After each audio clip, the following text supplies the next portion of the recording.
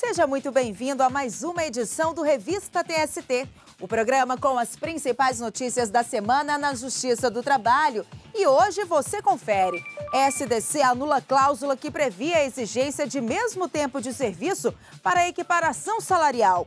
Brasil Foods é condenada a indenizar trabalhadora obrigada a transitar em trajes íntimos em barreira sanitária. Faculdade Anhanguera é condenada por usar comercialmente e sem autorização aulas gravadas por supervisor de informática. No quadro Quero Post, vamos saber qual a responsabilidade da empresa em caso de assaltos a transporte disponibilizado para os empregados. O Revista TST está no ar.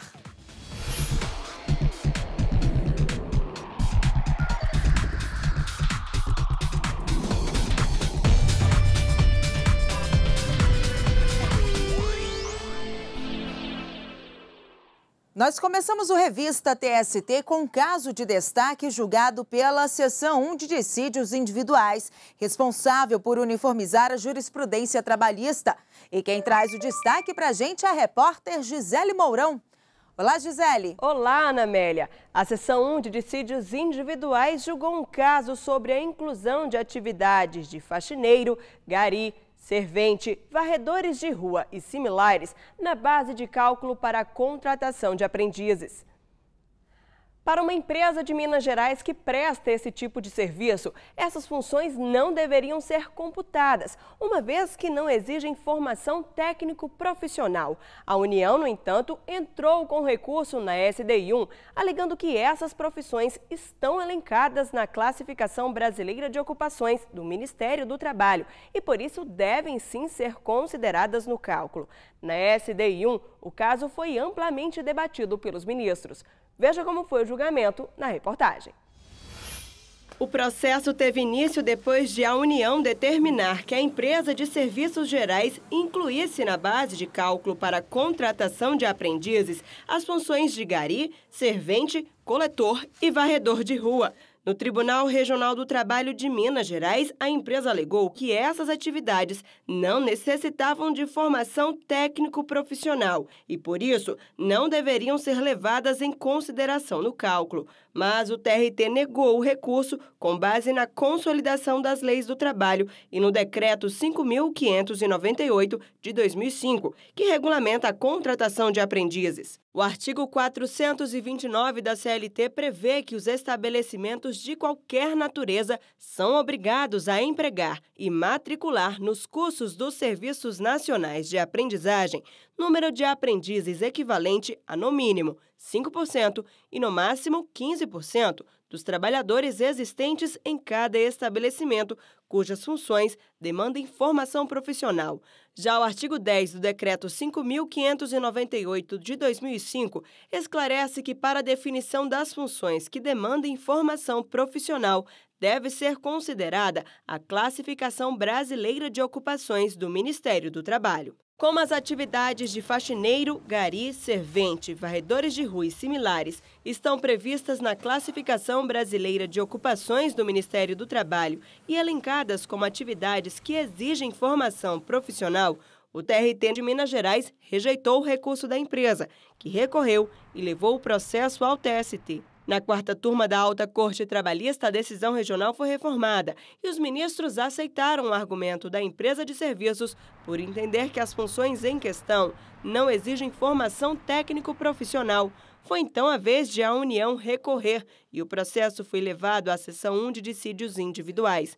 O relator do caso na SDI1, ministro Hugo Schormann, aceitou o recurso da União e afirmou que o próprio decreto exclui as situações em que não é necessária a inclusão na base de cálculo, como, por exemplo, as funções que estejam caracterizadas como cargos de direção, gerência ou confiança. Nos termos do artigo 429, lá é estabelecido o critério para a base de cálculo dos aprendizes e faz a referência às funções que demandam formação profissional. E aí vem o decreto e estabelece que, para tanto, seriam as profissões que têm Classificação Brasileira de Operações, a CBO, elaborada no Ministério do Trabalho e Emprego. E expressamente, no parágrafo 1º, exclui as hipóteses. Então, com todas as vênias, aqui me parece que a lei estabelece um critério objetivo, no momento que ela diz quais são e quais que ela exclui. eu acho que eu não posso, com todas as vendas, alargar essa pretensão e flexibilizar, entendendo que essas profissões que estão elencadas aqui, nesta hipótese do que nós estamos examinando, é que elas não necessitariam, né, de formação profissional na condição de aprendiz. O ministro Alexandre Agra Belmonte concordou com o voto do relator. A lei exige realmente, para esse fim, a formação técnico-profissional metódica, compatível com o desenvolvimento físico, moral e psicológico, mas, ao mesmo tempo, ela exclui apenas as funções que, em virtude de lei, exijam formação profissional de nível técnico ou superior, as funções caracterizadas como cargos de direção, de gerência ou confiança, os trabalhadores contratados sob regime de trabalho temporário e os aprendizes já contratados. A partir do momento, então, de que essa profissão não está excluída, me parece que ela estaria incluída. E o que me preocupa, até porque ela está classificada no Código Brasileiro de Ocupações. O ministro Renato de Lacerda Paiva também acompanhou o relator. Para o ministro, como as atividades estão previstas na Classificação Brasileira de Ocupações, devem integrar a base de cálculo para a contratação de aprendizes. Mas o ministro João Oreste Dallazen abriu divergência por entender que essas atividades não necessitam de formação técnico-profissional. O entendimento foi seguido pelo ministro Brito Pereira. Votaram com o relator, ministro Hugo Scheuermann, pela inclusão das funções na base de cálculo, os ministros Alexandre Agra Belmonte, Renato de Lacerda Paiva, Cláudio Brandão, Vieira de Melo Filho, Márcio Eurico Vitral Amaro, Augusto César Leite de Carvalho, José Roberto Freire Pimenta e o vice-presidente ministro Emanuel Pereira. Votaram com a divergência aberta pelo ministro João Oreste Dallazen, os ministros Brito Pereira e Valmir Oliveira da Costa. Por maioria, os ministros da SDI1 entenderam que as atividades de faxineiro, gari, servente, coletor, varredor de rua e similares são ocupações que demandam formação profissional para efeitos do cálculo do número de aprendizes a serem contratados pelo estabelecimento.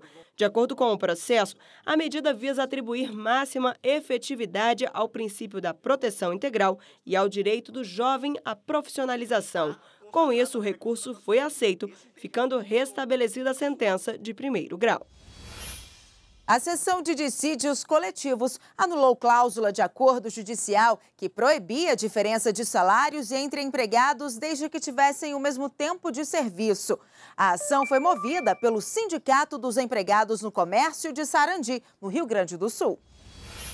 O Tribunal Regional do Trabalho do Rio Grande do Sul já havia negado o pedido do Sindicato dos Empregados no Comércio de Sarandi, por entender que a cláusula que proibia a diferença de salários entre empregados com o mesmo tempo de serviço envolvia assunto já regulado por lei.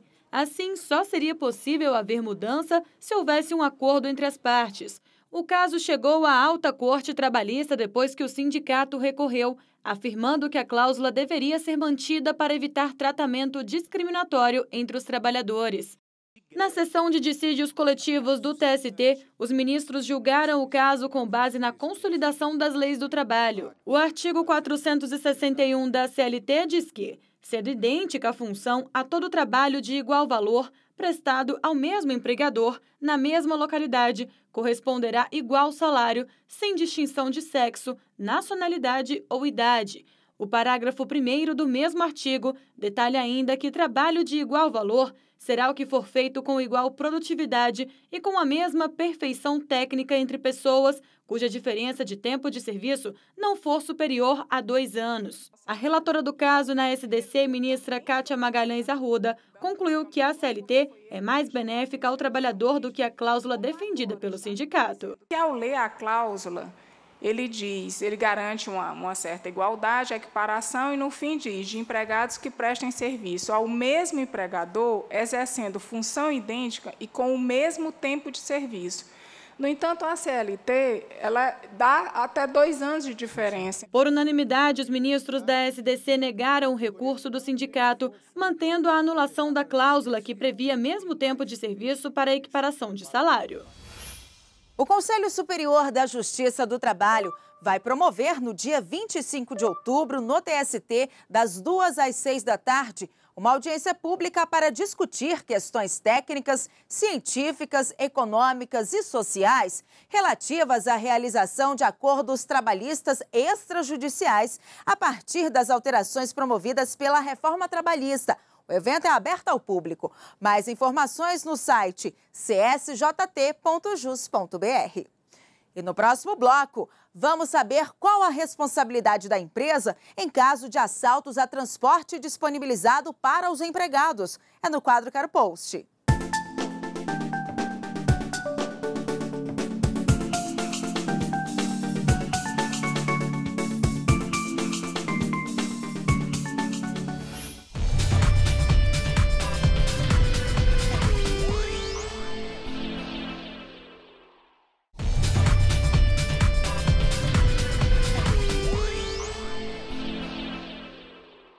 O Revista TST está de volta e vamos agora ao giro de notícias pelas turmas. E eu começo com o destaque da sexta turma. A Brasil Foods vai ter que pagar R$ 5.000 a uma trabalhadora que era obrigada a ficar em trajes íntimos na barreira sanitária, onde os empregados têm de retirar todas as roupas e vestir os uniformes para evitar a contaminação dos alimentos. Inicialmente, o TRT goiano havia entendido que a empresa agiu com prudência ao fazer essa determinação, em virtude do necessário asseio do ambiente de produção. Mas no TST o entendimento foi outro. O relator do processo, o ministro Augusto César Leite de Carvalho, disse que ainda que a barreira sanitária se justifique para garantir a higiene dos alimentos, as regras da empresa não dizem como deve ser feita a troca de roupa e a higienização dos trabalhadores. Ainda de acordo com o relator, a exposição da trabalhadora total ou parcialmente desnuda para cumprimento desse procedimento obrigatório de higienização representa dano moral ao trabalhador. E a sétima turma manteve decisão do TRT de Campinas, que condenou uma mineradora a pagar adicional de insalubridade a um trabalhador que, além das funções habituais, cuidava também dos cães e do canil da empresa. Em defesa, a mineradora sustentou que o empregado não tinha contato permanente com os animais, já que a atividade desenvolvida por ele não era exclusivamente a de trato dos animais e limpeza do canil. Mas, ao julgar o caso no TST, o relator, ministro Cláudio Brandão, observou que ficou comprovado que o trabalhador tinha contato diário com os cães, ficando exposto a agentes biológicos que não poderiam ser eliminados pelos equipamentos de proteção individual. O ministro destacou ainda que o estabelecimento era responsável pela guarda e pelo tratamento medicamentoso de animais, sendo devido o pagamento do adicional conforme previsto na norma regulamentadora número 15 do Ministério do Trabalho. E a Faculdade Anhanguera vai ter que indenizar um supervisor de informática por usar para fins lucrativos e sem autorização aulas gravadas por ele. No processo, o supervisor de informática afirmou que fez um acordo verbal com a faculdade para preparar 2 treinamentos sobre formatação de envio de correspondências, que seriam transmitidos ao vivo para todas as unidades da instituição. Ainda, segundo ele, apesar do acordo, nada foi pago. Ao contrário da sentença em primeira instância, o Tribunal Regional do Trabalho de Mato Grosso do Sul entendeu que a faculdade devia sim indenização ao profissional e que não podia, sem autorização expressa do trabalhador, fazer uso da imagem ou da voz dele para fazer propaganda ou outro tipo de uso, especialmente com finalidade lucrativa. No TST, a instituição afirmou que o pagamento da indenização era descabido, porque teria sido comprovado que o supervisor sabia que as gravações seriam usadas como ferramentas para ajudar a realização dos trabalhos da instituição. O relator do processo na quinta turma, ministro Guilherme Caputo Bastos, enfatizou, no entanto, que o TRT da 24ª Região deixou registrado que, apesar de o contrato verbal prever a exibição do vídeo apenas para os polos de ensino da faculdade, o material foi utilizado comercialmente e com fins lucrativos. Ficou mantida, então, a decisão de segunda instância, que condenou a faculdade a pagar indenização com base na maior remuneração recebida pelo trabalhador durante a relação de emprego. E o giro de notícias continua. O destaque agora é da terceira turma. o Banco Bradesco foi responsabilizado por acidente com trabalhador durante obra em uma agência. O empregado perdeu parte dos braços esquerdo e direito após sofrer um choque elétrico enquanto instalava um ar-condicionado que estava com os fios da rede de alta tensão expostos. Em defesa, o Bradesco argumentou que não mantinha relação de emprego com a vítima, já que ele era empregado de outra empresa contratada para o serviço. Mas, ao julgar o caso no TST, o relator, ministro Alexandre Agra Belmonte, manteve entendimento do TRT do Ceará, que responsabilizou o banco na condição de dono da obra, por entender que ele negligenciou condições seguras de trabalho aos que prestavam os serviços dentro da agência, ainda que sem vínculo empregatício. A decisão foi unânime. E esse caso repercutiu em nossas redes sociais e teve destaque na página do TST no Facebook. O Adriano Ferreira aproveitou para comentar o caso. Ele lamentou o acidente e disse que o fato mostra a necessidade de prevenção e acompanhamento nas atividades envolvidas. E você também pode deixar o seu comentário na página do TST no Facebook. O endereço é facebook.com/TSTJus. E vamos agora esclarecer uma dúvida trabalhista publicada nas redes sociais com a hashtag #QueroPost.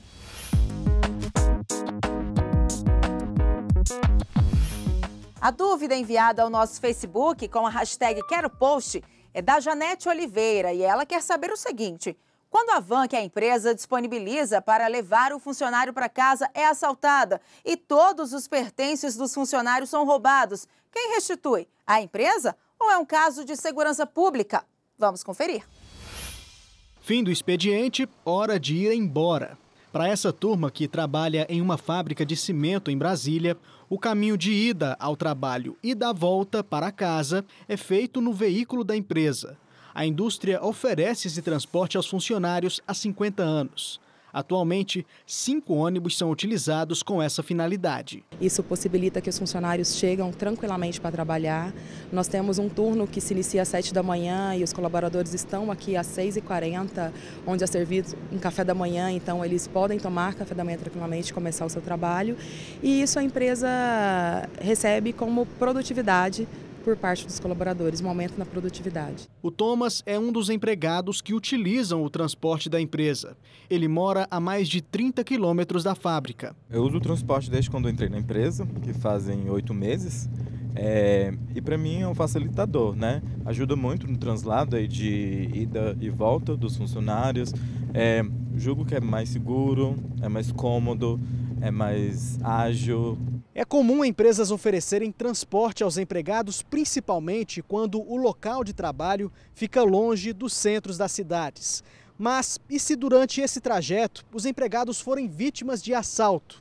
Quem arca com a despesa? O ministro do Tribunal Superior do Trabalho, Alexandre Agra Belmonte, explica que, de acordo com o Código de Processo Civil, em caso de assalto, não cabe ao empregador ressarcir os trabalhadores. O assalto, ele decorre de um problema de segurança pública. E decorrendo de um problema de segurança pública, nesse caso, o empregador não é responsabilizado. A isenção de responsabilidade garantida em casos de força maior está prevista no artigo 734 do Código Civil, que diz: o transportador responde pelos danos causados às pessoas transportadas e suas bagagens, salvo motivo de força maior, sendo nula qualquer cláusula excludente da responsabilidade. O ministro Alexandre Agra Belmonte cita alguns casos nos quais o empregador poderia ser responsabilizado. De acordo com o artigo 734 do Código Civil, o transportador ele responde pelos danos causados às pessoas transportadas e suas bagagens. Bagagem inclui não somente malas, como pertences pessoais. E nesse caso, o empregador, como contratante do transportador, responderia também. Mas responde se por acaso houver extravio da bagagem, houver um acidente em relação à van que transporta, mas não nos casos de força maior. E no próximo bloco, os destaques da semana na Justiça do Trabalho.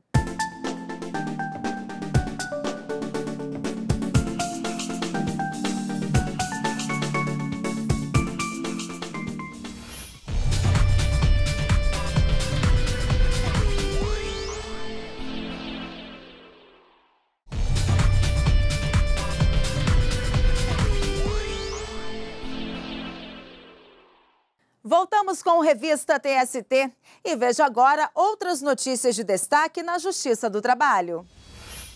A Comissão de Constituição, Justiça e Cidadania do Senado Federal aprovou a indicação do desembargador Breno Medeiros para cargo de ministro do Tribunal Superior do Trabalho. O desembargador respondeu perguntas feitas pelos senadores sobre temas atuais. Agora a indicação vai para aprovação do plenário do Senado. Se aprovada, Breno Medeiros vai ocupar a vaga de ministro do TST em virtude da aposentadoria do ministro Barros Levenhagen, que ocorreu em agosto deste ano.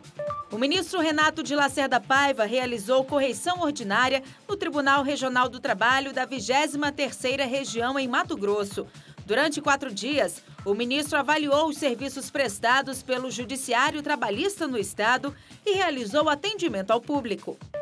Durante 2 dias, palestrantes do Brasil, Argentina e Paraguai trocaram experiências sobre direito desportivo no Tribunal Superior do Trabalho. Essa foi a 2ª edição do Congresso Internacional da Associação Nacional de Direito Desportivo, que promoveu a troca de experiências entre as diferentes nacionalidades em temas como a vinculação do atleta e treinadores às entidades de prática desportiva, a formação desportiva dos atletas de futebol e a legalidade e eficácia da execução concentrada. A palestra de abertura foi proferida pelo ministro Alexandre Agra Belmonte, vice-presidente da ANDD. 3 dias de debate sobre transtornos mentais relacionados ao trabalho. O 4º Seminário Internacional Trabalho Seguro reuniu no TST médicos, acadêmicos e especialistas brasileiros e estrangeiros para discutir o tema, que afeta um número de trabalhadores cada vez maior no Brasil. De acordo com dados da Previdência Social, a quantidade de auxílios-doença concedidos em razão desse tipo de transtorno aumentou 1.964% de 2004 para 2013. No Revista TST da próxima semana, você vai acompanhar uma reportagem completa sobre o seminário. No dia 19 de novembro, vai ser aplicada a prova do concurso para servidores da Alta Corte Trabalhista. E os candidatos reforçam os estudos para disputar uma das 52 vagas imediatas disponíveis para lotação em setores da sede do TST, em Brasília. Confira. A menos de um mês do concurso para servidores do Tribunal Superior do Trabalho, candidatos tentam controlar a ansiedade para reforçar os estudos. Tô nervosa, mas acho que esse nervosismo faz parte de qualquer concurseiro, qualquer pessoa que tem um sonho na vida, né? É só questão de você saber administrar com calma no dia a dia. Tem aquelas crises de ansiedade, crise de insônia, a gente vai lidando com calma. Tem dia que o estudo vai render mais ou menos. Mas é não desesperar, focar naquele objetivo, no sonho que uma hora ele chega. Juliana é recém-formada em Direito e está estudando para o concurso do TST há alguns meses. Ela foi estagiária no gabinete da ministra Adelaide Miranda Arantes e, desde a época de estágio, se apaixonou pela Corte Trabalhista. Eu tive um contato com a parte jurídica muito grande. A gente aprende a fazer os votos, aprende a lidar com a parte do tribunal mesmo. Colega de classe concorrente da Juliana, a Lorena já trabalhou como advogada em Goiânia e se mudou para Brasília por causa do trabalho do marido. Ela agora é concurseira e está totalmente dedicada à prova que está chegando. De 10 a 12 horas por dia de estudo, com questões, atualização da reforma trabalhista e mais ênfase para trabalho e processo de trabalho. Mais de 105 mil pessoas se inscreveram para o concurso do TST. Desse total, mais de 54 mil buscam a carreira de técnico judiciário na área administrativa. 21 mil candidatos se inscreveram para analista judiciário na área judiciária e quase 16 mil optaram pelo cargo de analista judiciário na área administrativa.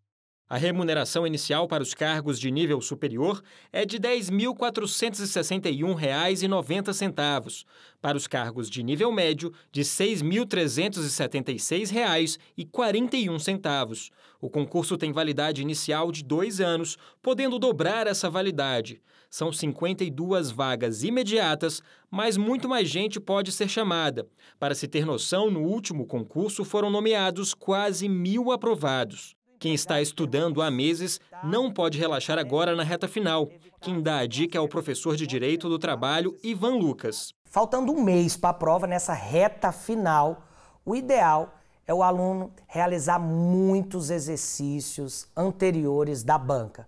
Então ele pega o edital, divide o edital em tópicos e realiza exercícios de cada tópico do edital relativo ao cargo que ele vai concorrer. Ainda segundo o professor, os candidatos também devem estar atentos à reforma trabalhista, que começa a valer no mesmo mês do concurso. Isso significa que o aluno tem que ter uma atenção redobrada para tudo que foi alterado com o texto da reforma e principalmente na hora de resolver questões anteriores, porque a maioria das questões ficaram desatualizadas, porque estão com base na legislação anterior. Então o aluno tem que tomar muito cuidado na hora de estudar para saber aquilo que realmente mudou e aquela questão que ele pode realmente realizar e fazer e treinar para o concurso do TST. E fique atento! No mês que vem, a reforma trabalhista entra em vigor. E no canal do TST, no YouTube, você pode assistir a uma série de vídeos sobre as mudanças na legislação que abordam diversos temas, como banco de horas, danos morais e teletrabalho. É só acessar youtube.com/TST. E chegamos ao fim de mais uma edição do Revista TST. Mas você segue acompanhando as notícias do Tribunal Superior do Trabalho no nosso site e pelas redes sociais. Muito obrigada pela companhia e até o próximo programa.